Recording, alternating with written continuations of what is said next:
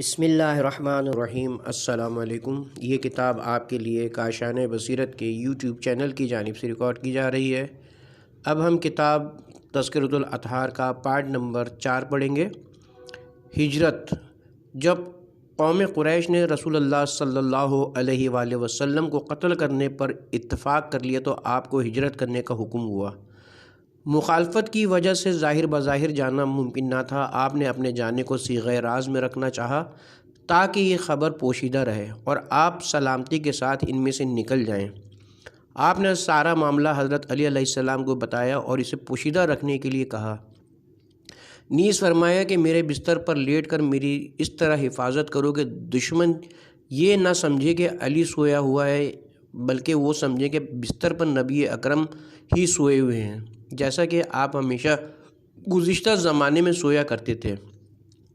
پس امیر المومنین نے اپنا نفس اللہ کو حبہ کیا اور اسے اللہ کی اطاعت میں بیچ دیا اور اس کے نبی صلوات اللہ علیہ کی حفاظت میں اس کو لگا دیا تاکہ حضرت دشمنوں کے مکر سے نجات پالیں، آپ کی سلامتی و بقا کی تکمیل ہو۔ اس سے آپ کے دین و مذہب کی طرف دعوت دینے، دین کو قائم کرنے اور شریعت کو ظاہر کرنے کی غرض و غایت منظم ہو جائے۔ پس آپ رسول اللہ صلی اللہ علیہ وآلہ کے بستر پر آپ کی چادر اوڑھ کر سو گئے اور وہ قوم آئی کہ جنہوں نے نبی اکرم کو قتل کرنے پر اتفاق کیا ہوا تھا۔ انہوں نے آپ کو گھیرے میں لے لیا۔ وہ ہتھیاروں سے لیس صبح کے نمودار ہونے کے منتظر تھے کہ بظاہر آپ کو قتل کر دیں تاکہ آپ کا خون رائگا جائے اور اس کا مطالبہ نہ ہو سکے بنی ہاشم کے یہ دیکھ لینے کی وجہ سے کہ آپ کے قاتل تمام قبائل کے لوگ ہیں اور وہ ان سے بدلہ نہ لے سکیں، کیونکہ ہر گروہ آپ کے قتل میں شریک ہے اور ہر گروہ بیٹھ جائے گا اس سے کہ وہ اپنی قوم سے جنگ کرے یا اپنے خاندان سے علیحدگی اختیار کرے، تو آپ کا بستر رسول پر سونا سبب بنا کہ رسول اکرم کو نجات ملی اور آپ کا خون محفوظ رہا اور آپ اپنے رب کے حکم کی نشر و اشاعت کے لیے زندہ و سلامت رہے۔ اور اگر امیر المومنین نہ ہوتے اور جو کچھ آپ نے کیا نہ کرتے تو رسول اللہ تبلیغ اور پیغام کی ادائیگی کو مکمل نہ کر سکتے اور نہ ہی آپ کی عمر کا دوام و بقا ہوتا۔ اس طرح حسد کرنے والے دشمن آپ پر کامیابی حاصل کر لیتے۔ قوم نے صبح کی اور اچانک آپ پر حملہ کیا تو آپ ان پر جھپٹ پڑے اور جب انہوں نے آپ کو پہچان لیا تو وہ منتشر ہو گئے اور واپس چلے گئے اور نبی اکرم کے متعلق ان کے ہیلے سب بیکار ہو گئے اور جو تدبیر انہوں نے آپ کے قتل کے سلسلے میں بنائی تھی وہ ٹوٹ گئی اور ان کے گمان اور ان کی امیدوں پر پانی پھر گیا۔ اسی سے ایمان منظم ہوا اور شیطان کی رسوائی ہوئی اور اہل کفر و عدوان ذلیل و خوار ہوئے۔ اس منقبت میں اہل اسلام میں کوئی شخص بھی امیر المومنین کا شریک نہیں ہے اور نہ ہی کوئی اس کی نظیر پیش کر سکتا ہے، نہ ہی صحیح اعتبار سے اس کے قریب کی فضیلت کسی کو مل سکی۔ امیر المومنین کی شان میں بستر رسول پر سونے کے بارے میں اللہ تعالیٰ نے یہ آیت نازل فرمائی، اور لوگوں میں سے کچھ ایسے ہیں جو رضائے الہی کو چاہتے ہوئے اپنا نفس بیچ دیتے ہیں اور اللہ اپنے بندوں پر بہت مہربان ہے۔ مناقب میں ہے کہ جناب نبی اکرم قریش کی امانتوں کے امین تھے۔ جب کفار مکہ نے آپ کو فوری طور پر مکہ چھوڑنے پر مجبور کر دیا تو آپ صلی اللہ علیہ وآلہ وسلم کو اپنی قوم اور خاندان میں کوئی ایسا نہ ملا کہ جسے آپ ان چیزوں پر امین مقرر کرتے جو آپ کی امانت و سپردگی میں تھیں، سوائے امیر المومنین کے پاس آپ کو ہی حضور صلی اللہ علیہ وسلم نے اپنا جانشین مقرر کیا۔ امانتوں کو ان کے مالکوں کی طرف واپس کرنے اور جو قرض آپ کے ذمہ تھا ان کو ان کے مستحقین تک پہنچانے میں اور آپ کی اولاد، خاندان کی عورتوں اور ازواج پیغمبر کو اکٹھا کر کے ان کو ہجرت کرانے پر، اور آپ کو کوئی ایسا شخص نظر نہ آیا جو آپ کا قائم مقام ہوتا، لہٰذا آپ نے علی کی امانت پر وثوق، آپ کی عظیم بہادری اور شجاعت پر بھروسہ، آپ کے اہل خانہ اور مخصوص افراد کی حفاظت پر، آپ کی قوت و طاقت پر اعتماد کیا۔ آپ کو اہل خانہ اور اہل حرم کے متعلق ان کے قابل وثوق ہونے پر اور آپ کی پرہیزگاری اور عصمت کی بنا پر آپ کو اطمینان و سکون تھا کہ وہ اس سلسلے میں امین ہے۔ پس حضرت علی نے ان امور کو بہترین طریقے سے انجام دیا اور ہر امانت اس کے وارث کو پلٹا دی، ہر صاحب حق کو اس کا حق دیا۔ نبی اکرم صلی اللہ علیہ وسلم کی اولاد اور اہل حرم کی حفاظت کی اور ان کے ساتھ پیدل چل کر ہجرت فرمائی، جبکہ دشمنوں سے ان کی حفاظت کی اور جھگڑا کرنے والوں کے مقابلے ان کی نگہبانی کر رہے تھے اور چلنے میں ان سے نرمی برتتے تھے، یہاں تک کہ مدینے میں پوری حفاظت و حراست و نرمی، مہربانی اور حسن تدبیر کے ساتھ حضرت صلی اللہ علیہ وآلہ وسلم کے پاس انہیں پہنچا دیا۔ پس نبی اکرم نے حضرت علی کو مدینے میں آ جانے کے بعد اپنے گھر میں رکھا اور اپنے ہاں جگہ دی اور انہیں اپنے اہل حرم و اہل خانہ کے ساتھ ٹھہرایا، اپنی ذات سے انہیں الگ نہ سمجھا اور اپنے باطنی امور اور اسرار ان سے نہ چھپائے۔ یہ وہ منقبت و فضیلت ہے کہ جس میں آپ حضور کے تمام خاندان اور اصحاب میں منفرد ہیں، اور اس میں حضور کے پیروکاروں اور فرما برداروں میں سے کوئی بھی شریک نہیں، اور مخلوق میں سے کسی شخص کو اس کے علاوہ بھی کوئی ایسی فضیلت نہیں ملی جو وقت آزمائش اس کے برابر ہو یا منزل امتحان میں اس کے قریب ہو۔ یہ ان مناقب کے علاوہ ہے کہ جنہیں ہم پہلے پیش کر چکے ہیں، جن کی فضیلت ظاہر اور جن کا شرف عقلاء کے دلوں پر چھایا ہوا ہے۔ مصلح امت مناقب میں یہ ہے کہ اللہ تعالیٰ نے آپ کو مخصوص کیا تھا ان کوتاہیوں کی تلافی کے لیے جو نبی اکرم کے اوامر کی مخالفت میں لوگوں سے ہوئی تھیں، اور ان چیزوں کی اصلاح کے لیے جس کو دوسرے فاسد کر بیٹھتے تھے، یہاں تک کہ آپ کی وجہ سے ہی اسباب و درستی منظم ہوئے اور آپ کی برکت اور آپ کی کوشش کی سعادت اور حسن تدبیر اور توفیق کے لازمی کی وجہ سے مسلمانوں کے امور نظم و نسق میں آئے اور آپ کے ذریعے ہی دین کا ستون قائم ہوا۔ کیا آپ دیکھتے نہیں کہ نبی اکرم نے خالد بن ولید کو بنی جزیمہ کی طرف بھیجا کہ وہ انہیں اسلام کی دعوت دے؟ آپ نے اسے جنگ کرنے کے لیے نہیں بھیجا تھا، اس نے آپ کے حکم کی مخالفت کی، آپ کے عہد و پیمان کو نظر انداز کیا، دین سے عناد برتا اور اس نے جا کر انہیں قتل کرنا شروع کر دیا، حالانکہ وہ اسلام پر قائم تھے، اور ان کے عہد و پیمان کو توڑ دیا حالانکہ وہ اہل ایمان تھے۔ اس نے زمانہ جاہلیت کی حمیت پر عمل کیا اور اہل کفر و عدوان کے طریقے پر چلا۔ اس کا کردار اسلام کے لیے باعث عیب بنا، اور وہ لوگ جو پہلے اسلام کی طرف دعوت دیتے تھے وہ صرف خالد کی وجہ سے نبی اکرم سے منہ پھیرنے لگے۔ قریب تھا کہ اس کے کردار سے دین کے سلسلے میں نظام تدبیر باطل ہو جائے، تو رسول اللہ صلی اللہ علیہ وسلم نے اس کوتاہی کی تلافی اور اس کی خرابی کی اصلاح اور اپنی شریعت سے اس عار کو دور کرنے کے لیے امیر المومنین کا سہارا لیا اور انہیں روانہ کیا تاکہ وہ قوم کو دین کی طرف واپس لائیں، ان کے کینوں کو ختم اور ایمان پر ثابت قدم رہنے کے لیے نرمی اختیار کریں۔ آپ نے انہیں حکم دیا کہ وہ ان کے مقتولین کی دیت ادا کریں اور جو مرنے والوں کے زندہ ورثہ ہیں ان کو راضی کریں۔ پس اس سلسلے میں امیر المومنین نے نہایت احسن اقدام کیا جسے سب نے پسند کیا۔ آپ نے ان کی امداد ضرورت سے زیادہ کی اور فرمایا کہ میں نے تمہارے مقتولین کی دیت تو ادا کر دی ہے، علاوہ ازیں میں تمہیں یہ اور مال دے رہا ہوں تاکہ جو تمہارے لوگ بچ گئے ہیں انہیں فائدہ پہنچا سکو۔ یہ سب کچھ اس لیے کر رہا ہوں تاکہ اللہ تعالیٰ اپنے رسول سے راضی رہے اور تم بھی رسول کے فضل و کرم سے راضی ہو جاؤ۔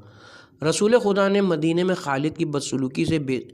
اظہار بیزاری فرمایا۔ رسول خدا کا خالد سے اظہار برات اور امیر المومنین کا ان مظلوموں سے مہربانی و شفقت کرنا بگڑے ہوئے حالات سنوار گیا اور اس کا پھیلایا ہوا فساد ختم ہوا۔ اگر وہ صحابہ میں سے حضرت امیر المومنین کے علاوہ یہ کام اور کسی نے نہ کیا بلکہ رسول خدا آپ کے علاوہ کسی اور کو یہ ذمہ داری سونپنے کے لیے راضی نہ تھے، یہ ایسی منقبت اور فضیلت ہے جس کی مثال نہیں۔ امت کے بگڑے ہوئے حالات میں مصلح کا تعارف قرار ہیں۔ یہ فضیلت ہر اس شخص کی فضیلت کو مات دیتی ہے جس کا امیر المومنین کے علاوہ کسی اور میں آج تک دعویٰ کیا جاتا ہے، خواہ وہ فضیلت ان میں حق ہو یا باطل۔ امیر المومنین کا اس میں کوئی شریک نہیں اور نہ ہی کسی اور کو اس جیسی فضیلت ملی۔ انہی جیسے مناقب میں سے ہے کہ نبی اکرم نے جب مکہ فتح کرنے کا ارادہ کیا تو آپ صلی اللہ علیہ وسلم نے اللہ سے عرض کیا کہ آپ کی خبریں قریش کو معلوم نہ ہوں تاکہ اچانک مکے میں داخل ہوں، لیکن حاطب بن بلتیہ نے اہل مکہ کو رسول اللہ صلی اللہ علیہ وسلم کے مکے کو فتح کرنے کے عزم سے آگاہ کرنے کے لیے خط لکھ کر اسے ایک سیاہ عورت کے حوالے کیا۔ یہ عورت مدینے میں بھیک نہ مانگنے اور خیرات حاصل کرنے کے لیے آئی ہوئی تھی۔ اس عورت کے لیے اس نے انعام مقرر کیا تاکہ وہ ان لوگوں تک دیے ہوئے خط پہنچائے اور عام شاہراہ سے ہٹ کر جائے۔ خدا نے رسول اللہ کو وحی کے ذریعے صورتحال سے آگاہ کر دیا۔ حضور صلی اللہ علیہ وسلم نے امیر المومنین کو بلایا اور ان سے فرمایا کہ میرے اصحاب سے بعض نے اہل مکہ کو خط لکھا ہے اور انہیں ہماری خبر دی ہے۔ میں نے خدا سے سوال کیا تھا کہ وہ ہماری خبروں کو ان سے پوشیدہ رکھے، اور وہ خط ایک سیاہ رنگ کی عورت کے پاس ہے جو شاہراہ سے ہٹ کر جا رہی ہے۔ پس اپنی تلوار لو اور اس کو راستے میں جا کر پکڑ لو، اس سے خط لے کر اسے چھوڑ دو اور وہ خط میرے پاس لے آؤ۔ پھر آپ نے زبیر بن عوام کو بلایا اور اس سے کہا کہ تو بھی علی کے ساتھ اس طرف جا۔ پس وہ دونوں عام راستے سے ہٹ کر روانہ ہوئے اور اس عورت کو پا لیا۔ زبیر نے اس کی طرف سبقت کی اور اس سے اس خط کے متعلق سوال کیا جو اس کے پاس تھا۔ اس نے انکار کیا اور قسم کھائی کہ میرے پاس کوئی چیز نہیں ہے۔ وہ رونے لگی تو زبیر نے کہا ابو الحسن، اس کے پاس کوئی خط نہیں ہے، پس ہمیں رسول اللہ کی طرف پلٹ جانا چاہیے تاکہ ہم آپ کو بتا سکیں کہ وہ عورت بے قصور ہے۔ تو امیر المومنین نے فرمایا کہ رسول اللہ تو مجھے خبر دی ہے کہ اس کے پاس خط موجود ہے اور مجھے حکم دیا کہ میں وہ خط اس سے لے آؤں، اور تم کہتے ہو کہ اس کے پاس کوئی خط نہیں۔ آپ نے تلوار نیام سے نکالی اور اس کی طرف بڑھے اور فرمایا خدا کی قسم، اگر تو نے خط نکال کے نہ دیا تو میں تیری تلاشی لوں گا اور پھر تیری گردن اڑا دوں گا۔ تو وہ عورت کہنے لگی اگر اس سے چارہ کار نہیں تو اے فرزند ابو طالب، آپ اپنے چہرے کو دوسری طرف کر لیں۔ آپ نے اس سے منہ موڑ لیا تو اس نے اپنا دوپٹہ ہٹایا اور اپنے بالوں کی چوٹی سے خط نکالا۔ امیر المومنین نے وہ خط لے لیا اور اسے نبی اکرم کی خدمت میں لے آئے۔ پس آپ نے حکم دیا کہ منادی کی جائے کہ سب لوگ نماز جماعت میں آئیں۔ منادی ہوئی تو سب لوگ جمع ہو گئے، یہاں تک کہ مسجد ان سے بھر گئی۔ پھر نبی اکرم ممبر پر تشریف لے گئے اور خط اپنے ہاتھ میں پکڑ لیا اور فرمایا اے لوگو، میں نے اللہ سے سوال کیا تھا کہ وہ ہماری خبریں قریش سے مخفی رکھے، لیکن تم میں سے ایک شخص نے اہل مکہ کو خط لکھا ہے اور انہیں ہمارے حالات کی خبر دی ہے۔ پس خط لکھنے والا کھڑا ہو جائے ورنہ وحی خداوندی اسے رسوا کر دے گی۔ پس کوئی شخص کھڑا نہ ہوا تو رسول اللہ نے اپنی بات کا اعادہ کیا اور فرمایا خط لکھنے والا کھڑا ہو جائے ورنہ وہی اس کو رسوا کرے گی۔ حاطب بن بلتعہ کھڑا ہو گیا اور اس طرح کانپ رہا تھا جس طرح کھجور کی شاخیں سخت آندھی کے وقت حرکت کرتی ہیں، اور کہنے لگا کہ اے اللہ کے رسول، وہ خط لکھنے والا میں ہوں۔ میں نے اپنے اسلام لانے کے بعد نفاق اپنے میں پیدا نہیں کیا اور نہ ہی مجھے اپنے یقین کے بعد شک عارض ہوا ہے۔ نبی اکرم نے فرمایا پھر کس چیز نے تجھے اس خط کے لکھنے پر مجبور کیا؟ اس نے عرض کیا کہ مکے میں میرے کچھ اہل خاندان ہیں کہ جن کا وہاں کوئی قوم قبیلہ نہیں، پس مجھے خوف ہو گیا کہیں ان کا ہم پر غلبہ نہ ہو جائے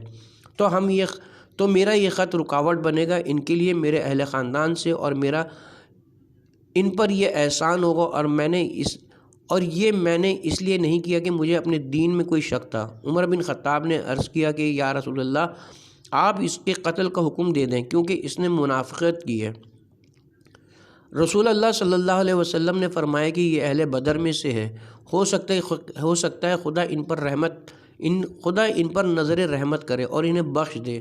اس کو مسجد سے نکال دو۔ راوی کہتا ہے لوگ اس کو پیچھے سے دھکے دے رہے تھے یہاں تک کہ اسے انہوں نے مسجد سے نکال دیا، اور وہ بار بار حضرت کی طرف دیکھتا رہا تاکہ آپ اس پر رحم فرمائیں۔ پس رسول اللہ نے حکم دیا کہ اس کو واپس لے آؤ اور اس سے فرمایا کہ میں نے تجھے اور تیرے گناہ کو معاف کر دیا ہے، اپنے رب سے استغفار کر اور اس قسم کا جرم پھر کبھی نہ کرنا۔ یہ مذکورہ بالا منقبت بھی گزشتہ مناقب کے ساتھ ملحق ہے، اور اس میں ہے کہ امیر المومنین کے ذریعے ہی رسول اللہ کی مکے میں داخل ہونے کی تدبیر پوری ہوئی، اور حضرت علی نے ہی قوم کے بوجھ کی کفایت کی۔ جس چیز کو رسول اللہ صلی اللہ علیہ وسلم ناپسند فرماتے تھے کہ مکے والوں آپ کے ارادے کی خبر نہ ہو تاکہ اچانک آپ ان کے پاس پہنچ جائیں، اور عورت سے خط برآمد کرنے میں امیر المومنین کے علاوہ آپ کو کسی پر بھروسہ نہیں تھا۔ آپ کے علاوہ حضور صلی اللہ علیہ وسلم نے کسی کو اس میں مخلص نہیں سمجھا اور نہ کسی پر اعتماد کیا ہے، اور حضرت علی سے ہی آپ کی مہم کی کفایت ہوئی۔ آپ اپنی مراد کو پہنچے، آپ کی تدبیر کامیاب ہوئی، مسلمانوں کے معاملات درست ہوئے اور دین کا ظہور ہوا۔ زبیر کو حضرت کے ساتھ بھیجنے میں کوئی اس کی خاص فضیلت نہیں ہے، کیونکہ اس نے کسی مہم کو سر نہیں کیا، نہ ہی جا کر اس نے کوئی کام انجام دیا ہے، اور حضور نے اس کو بھیجا تھا تاکہ وہ اپنی والدہ صفیہ بنت عبد المطلب کی طرف سے بنی ہاشم میں شمار ہوتا تھا۔ آپ نے چاہا اس کام کو وہ اپنے ہاتھ میں لے کہ جس کا آپ نے اپنے خاندان کے مخصوص افراد کو رازداں بنایا تھا۔ زبیر بہادر تھا اور اس میں آگے بڑھنے کی جرت بھی تھی۔ علاوہ ازیں اس کے اور امیر المومنین کے درمیان نسبتی رشتہ بھی تھا، تو آپ جانتے تھے کہ حضرت زبیر حضرت علی کا اس معاملے میں تعاون کرے گا جس میں اسے بھیجا گیا تھا، کیونکہ اس کام کی تکمیل دونوں کے لیے مفید تھی اور اس کی برگزشت ان دونوں کی طرف ہے جس سے یہ دونوں مخصوص ہیں۔ ان امور میں سے جو بنی ہاشم کے لیے عمومیت رکھتے ہیں وہ اچھے ہوں یا برے، اور پھر زبیر تو امیر المومنین کے تابع ہو کر گیا تھا، اور اس سے ایسی بات بھی ہوئی جو درست رائے سے موافق نہیں تھی، تو امیر المومنین نے اس کا تدارک فرما دیا تھا۔ اور ہماری اس تشریح سے اس وقت کی روشنی میں یہ بیان کرنا مقصود ہے کہ یہ منقبت و فضیلت مخصوص ہے امیر المومنین کے ساتھ، جس میں دوسرا آپ کا شریک نہیں ہے، اور نہ کسی فضیلت میں کوئی دوسرا آپ کے قریب ہے، چی جائے کہ آپ کا ہم پلہ ہو۔ اللہ ہی لائق حمد و ثنا ہے۔ مناقب میں سے یہ ہے کہ نبی اکرم نے فتح مکہ کے دن علم سعد بن عبادہ کو دے کر اسے حکم دیا تھا کہ وہ آپ کے آگے آگے علم لے کر مکہ میں داخل ہو۔ پس سعد نے علم لیا اور کہنے لگا، آج مقتولین کے زیادہ گوشت گرنے کا دن ہے، آج قابل احترام لوگوں کے قید ہونے کا دن ہے۔ کچھ لوگوں نے نبی اکرم صلی اللہ علیہ وسلم سے عرض کیا کہ آپ سنتے ہیں کہ سعد بن عبادہ کیا کہہ رہا ہے؟ خدا کی قسم ہمیں خوف ہے کہیں آج وہ قریش پر حملہ نہ کر دیں۔ پس آپ نے امیر المومنین سے فرمایا، اے علی، سعد سے علم لے لو اور تم خود علم لے کر مکے میں داخل ہو۔ پس رسول اللہ صلی اللہ علیہ وسلم نے امیر المومنین کے ذریعے تدارک فرمایا۔ اس درست تدبیر کا جو سعد کے اچانک داخل ہونے اور مکے کی طرف قدم بڑھانے سے فوت ہو سکتی تھی، آپ یہ بھی جانتے تھے کہ انصار راضی نہیں ہوں گے کہ ان کے سردار سے کوئی شخص جا کر علم لے کر اسے اس مقام سے معزول کر دے، مگر وہ شخص کہ جس کی حالت عظمت، جلالت، قدر و منزلت اور اطاعت پیغمبر جیسی ہو، اور وہ ایسا شخص ہو کہ ساتھ جس کو علم دینے اور اپنا مقام چھوڑنے میں دیر نہ کرے۔ اب اگر بارگاہ رسالت میں آپ کے علاوہ اور اس کی صلاحیت رکھتا تو آپ یہ حکم اس کو دیتے یا اس کا بھی تذکرہ ہوتا جو کہ وہ بھی صلاحیت رکھتا تھا ان امور کی جن کا قیام امیر المومنین سے ہوا۔ اور چونکہ احکام تو امور واقعہ سے تعلق رکھتے ہیں، اور جو کچھ نبی اکرم صلی اللہ علیہ وسلم نے امیر المومنین کی تعظیم و تجلیل کی اور ان کو اہل قرار دیا تھا ان امور کا جن کے وہ اہل تھے۔ اصلاح امور میں سے اور ان چیزوں کا تدارک کرنا آپ کے ذریعے جو دوسرے لوگوں کے کردار سے فوت ہو جاتی تھیں، جیسا کہ ہم ذکر کر چکے ہیں، ان امور سے آپ کے حق میں لازمی فیصلہ کرنا پڑتا ہے، اس منقبت میں کہ جس میں آپ دوسروں سے جدا ہو جاتے ہیں اور جس کے شرف سے آپ کو تمام دوسرے لوگوں سے فضیلت حاصل ہوتی ہے۔ مناقب میں سے ایک یہ کہ جس پر تمام اہل سیر و تواریخ کا اجماع ہے کہ نبی کریم صلی اللہ علیہ وسلم نے خالد بن ولید کو اہل یمن کی طرف بھیجا کہ وہ انہیں اسلام کی دعوت دے، اور اس کے ساتھ مسلمانوں کی ایک جماعت بھی بھیجی کہ جن پر برا بن حازب رحمۃ اللہ علیہ تھے۔ خالد وہاں ان کے پاس 6 ماہ تک رہا اور انہیں دعوت دیتا رہا، لیکن ان میں سے ایک نے بھی اسلام قبول نہ کیا۔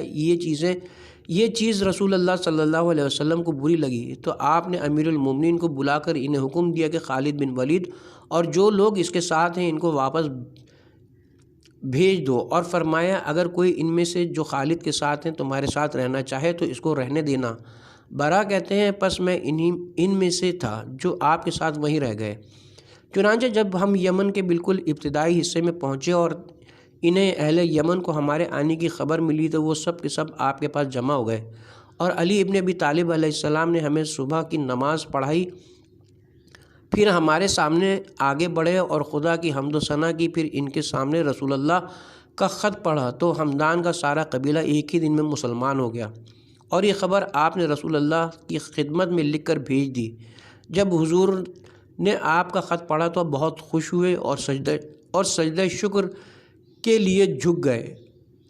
پھر سر اٹھایا اور فرمایا، ہمدان پر سلام ہو، ہمدان پر سلام ہو، ہمدان پر سلام ہو۔ پھر قبیلہ ہمدان کے اسلام لانے کے بعد پے در پے اہل یمن اسلام لانے لگے، اور یہ بھی امیر المومنین کی ایک منقبت ہے کہ ایسی منقبت اصحاب میں سے کسی کو حاصل نہیں، اور نہ ہی اس کے قریب، اور نہ یہ اس طرح کہ جب آپ کو اطلاع ملی اس معاملے میں کہ جس کے لیے آپ نے خالد کو بھیجا تھا، اور آپ کو فساد کا خوف ہوا اور آپ کو کوئی نہ ملا جو اس کی تلافی کرتا سوائے امیر المومنین کے، لہٰذا ان کے ذمے لگایا، اور انہوں نے احسن طریق پر قیام کیا، اور خدا نے اپنی عادت کے مطابق ان کے لیے توفیق جاری کی جو مناسب تھی۔ نبی کریم صلی اللہ علیہ وسلم کے انہیں ترجیح دینے کے اور آپ کی برکت و نرمی و حسن تدبیر اور اللہ کی اطاعت میں خلوص نیت کی بنا پر ہدایت حاصل کی، جن لوگوں نے آپ کی وجہ سے ہدایت حاصل کی اور اسلام کو قبول کیا اور دین کی آبادی ہوئی، ایمان میں قوت آئی، اور نبی اکرم صلی اللہ علیہ وسلم اپنے مقصد و مراد میں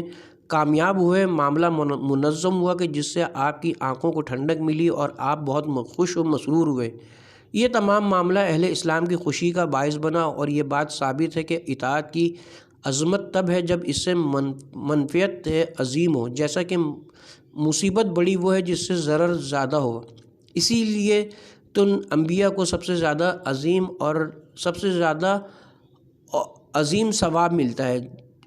چونکہ ان سے نفع عظیم حاصل ہوتا ہے، ان کی دعوت کی وجہ سے باقی لوگوں کی نسبت زیادہ عظیم ہوتی ہے۔ اور اسی کی طرح ہے جو کچھ خیبر کے دن ہوا تھا کہ شکست کھائی جس نے کھائی،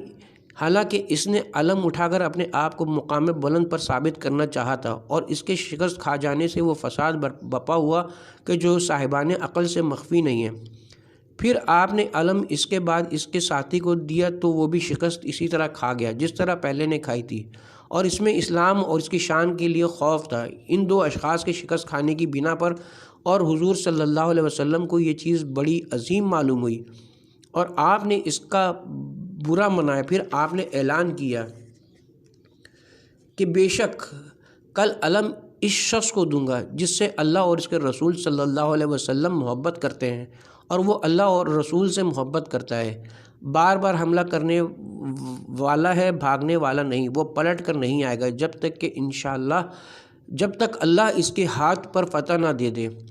پس وہ علم جناب امیر المومنین کو عطا فرمایا اور آپ کے ہاتھوں فتح ہوئی، اور آپ کے ظاہر کلام نے یہ رہبری کی کہ وہ دو بھاگنے والے اشخاص اس صفت سے خالی تھے جو آپ نے حضرت امیر المومنین کے لیے ثابت کی، جیسا کہ بھاگنے کی وجہ سے قرار اور ثابت قدم ہونے کی صفت سے خارج تھے، اور امیر المومنین کا تلافی کرنا خیبر میں اس کوتاہی کی جو آپ کے غیر سے ہو چکی تھی۔ یہ دلیل ہے کہ آپ منفرد تھے اس فضیلت میں، اور کوئی ایک بھی اس میں آپ کا شریک نہیں تھا۔ اور اسی سلسلے میں حسان بن ثابت انصاری کہتا ہے، اور علی کی آنکھیں ناخوش تھیں اور وہ علاج کی تلاش میں تھے، اور جب انہیں کوئی معالج نہ مل سکا تو اللہ کے رسول نے انہیں لعاب دہن سے شفا بخشی، پس بابرکت تھا علاج کیا ہوا اور علاج کرنے والا، اور فرمایا کہ آج علم اس کو دوں گا جو بہادر و ذرا پوش ہوگا، جو میرے معبود سے محبت کرتا ہے اور معبود بھی اس سے محبت کرتا ہے، اور اس کے ذریعے خدا سخت قلعوں کو فتح کرے گا۔ پس انتخاب کیا اس کے لیے ساری مخلوق کو چھوڑ کر علی کو اور اسے وزیر اور بھائی قرار دیا۔ واقعہ سورہ برات اور اسی کی طرح ہے وہ واقعہ بھی جو قصہ سورہ برات میں آیات کے یہ آیا ہے کہ یہ سورہ آپ نے ابو بکر کے سپرد کی کہ تاکہ اس کے ساتھ مشرکین کے معاہدے کو ختم کیا جائے۔ جب وہ تھوڑا سا دور گئے تو جبرائیل نازل ہوئے اور نبی اکرم صلی اللہ علیہ وسلم سے عرض کیا کہ اللہ تعالیٰ نے آپ کو سلام کہا ہے اور آپ سے فرمایا کہ آپ کی طرف سے پیغام رسالت نہیں پہنچا سکتا مگر آپ خود یا وہ مرد جو آپ سے ہے۔ پس رسول اللہ صلی اللہ علیہ وسلم نے حضرت علی علیہ السلام کو بلایا اور ان سے فرمایا کہ میرے ناقب ازبا پر سوار ہو جاؤ اور ابو بکر سے جا ملو، سورہ برات اس سے لے کر مکہ جاؤ اور اس کے ذریعے مشرکین کے معاہدے کو ختم کر دو۔ ابو بکر کو مختار قرار دو کہ وہ آپ کے ساتھ مکہ جائے یا میری طرف پلٹ آئے۔ پس امیر المومنین رسول اللہ صلی اللہ علیہ وسلم کے ناقے پر سوار ہوئے اور چل دیے یہاں تک کہ ابو بکر سے جا ملے۔ ابو بکر نے جب آپ کو دیکھا تو آپ کے آ جانے کی وجہ سے گھبرا گیا اور آپ کے سامنے آ کر کہنے لگا، اے ابو الحسن، آپ کیسے آئے ہیں؟ کیا آپ بھی میرے ساتھ چلیں گی یا کسی اور مقصد سے آئے ہیں؟ تو امیر المومنین نے فرمایا کہ رسول اللہ صلی اللہ علیہ وسلم نے مجھے حکم دیا کہ تم سے سورہ برات کی آیتیں لے کر میں ان کے ذریعے مشرکین کے معاہدے کو ختم کروں، اور مجھے آپ نے حکم دیا ہے کہ تمہیں مختار قرار دوں اس میں کہ میرے ساتھ چلو یا آپ کے پاس واپس چلے جاؤ۔ تو ابو بکر نے کہا، میں واپس آپ کے پاس جاؤں گا، اور وہ نبی کریم صلی اللہ علیہ وسلم کی بارگاہ میں پلٹ آیا۔ جب دربار رسالت میں داخل ہوا تو عرض کیا، اے اللہ کے رسول، آپ نے مجھے ایک ایسے امر کا اہل قرار دیا کہ جس کی وجہ سے میری طرف لوگوں کی گردنیں اٹھتی تھیں، پس جب میں اس کی طرف گیا تو آپ نے مجھے واپس بلوا لیا۔ مجھے کیا ہو گیا ہے؟ کیا میرے بارے میں قرآن نازل ہوا ہے؟ تو نبی کریم صلی اللہ علیہ وسلم نے فرمایا کہ جبرائیل امین میرے پاس اللہ کی طرف سے یہ پیغام لائے کہ یہ کام ادا نہیں کر سکتا مگر میں خود یا وہ مرد جو مجھ سے ہو، اور علی مجھ سے ہے اور میری طرف سے ادا نہیں کر سکتا مگر علی۔ یہ سب کچھ ایک مشہور حدیث میں آیا ہے اور معاہدوں کو ختم کرنا مخصوص تھا اس شخص کے ساتھ جس سے معاہدہ ہوا، یا وہ جو اس کے قائم مقام ہو، اطاعت کے فرض ہونے اور جلالت قدر و منزلت مقام میں جس کے کردار میں شک نہ ہو، جس کی بات پر کوئی اعتراض نہ کر سکے، اور جو معاہدہ کرنے والے کے نفس کی طرح ہو، جس کا امر اس کا امر ہو، جب وہ کوئی حکم کرے تو وہ حکم جاری و مستقر ہو، اس میں اعتراض سے معمون ہو، اور اس معاہدے کے ختم کرنے میں اسلام کی قوت، دین کی تکمیل اور مسلمانوں کے معاملے کی مصلحت اور مکہ کا فتح ہونا اور معاملات کی درستی تھی۔ پس اللہ نے چاہا کہ یہ کام ایسے شخص کے ہاتھ سے ہو جس کا نام اونچا ہو، اس کا ذکر بلند ہو اور اس کی فضیلت سے متنبہ کیا جائے، اس کی قدر و منزلت کی بلندی کی طرف رہبری کی جائے، اور اس کو اس کے غیر سے جدا کر کے پیش کیا جائے، اور وہ امیر المومنین ہی تھے۔ قوم میں سے کسی میں ایسی فضیلت نہیں تھی جو اس فضیلت کے قریب ہوتی جس کو ہم نے بیان کیا ہے، اور اس میں آپ کا کوئی شریک نہیں تھا جیسا کہ ہم نے واضح کیا ہے۔ اس قسم کی مثالیں بہت ہیں، مگر ہم ان سب کو بیان کر رہے ہیں تو یہ کتاب طویل ہو جائے گی اور خطاب میں وسعت پیدا ہو جائے گی۔ جو کچھ ہم نے لکھ دیا ہے اس میں صاحبان عقل کے لیے کفایت ہے۔